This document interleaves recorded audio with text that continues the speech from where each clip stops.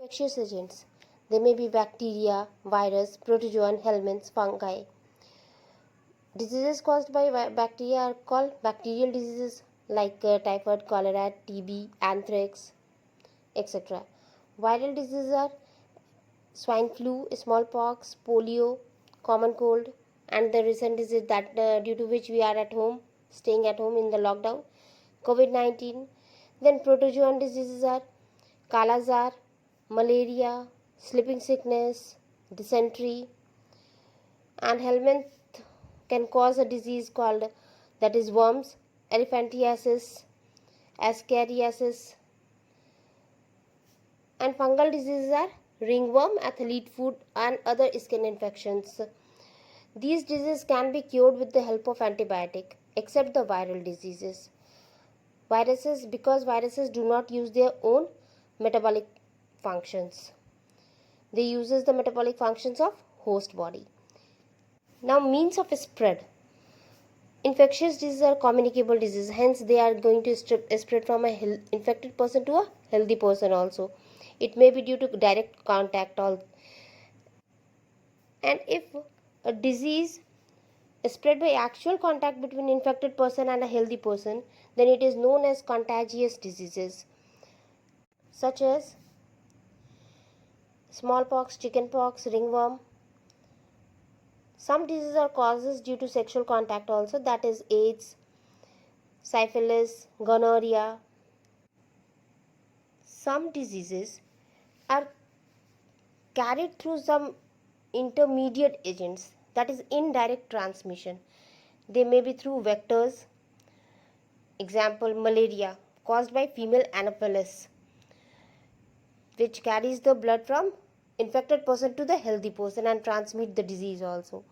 Second, through contaminated food and water, cholera, hepatitis, ascariasis, these are caused due to this, taking of contaminated food and water. Some air transmitted diseases also there, common cold, pneumonia, tuberculosis. These are the means of spread of the communicable diseases. Organ specific and tissue specific manifestations. Microbes which enter our body are likely to go to different sites.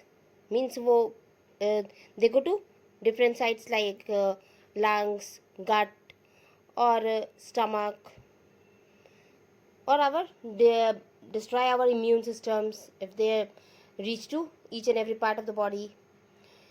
So microbes which enter through nose are likely to go to the lungs and cause tuberculosis. Microbes which enter through the mouth are likely to stay in the gut, that is alimentary canal, and can cause typhoid, jaundice. And viruses which cause AIDS enter the body through sexual contact or diffusion of blood, and these spread through lymph to all parts and damages the immune system. Principles of treatments. There are two ways to treat an infectious disease. We all know about it, that there are only two ways. That is, first, to reduce the effects of the disease, and second, to kill the cause of the disease. What is treatment? Treatment refers to the process of curing a disease or infection to bring back the organism in his normal condition.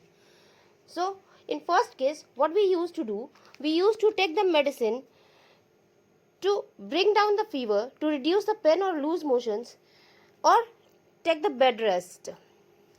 And second, to reduce the cause of the disease. It will result in avoiding infection to spread further in the body.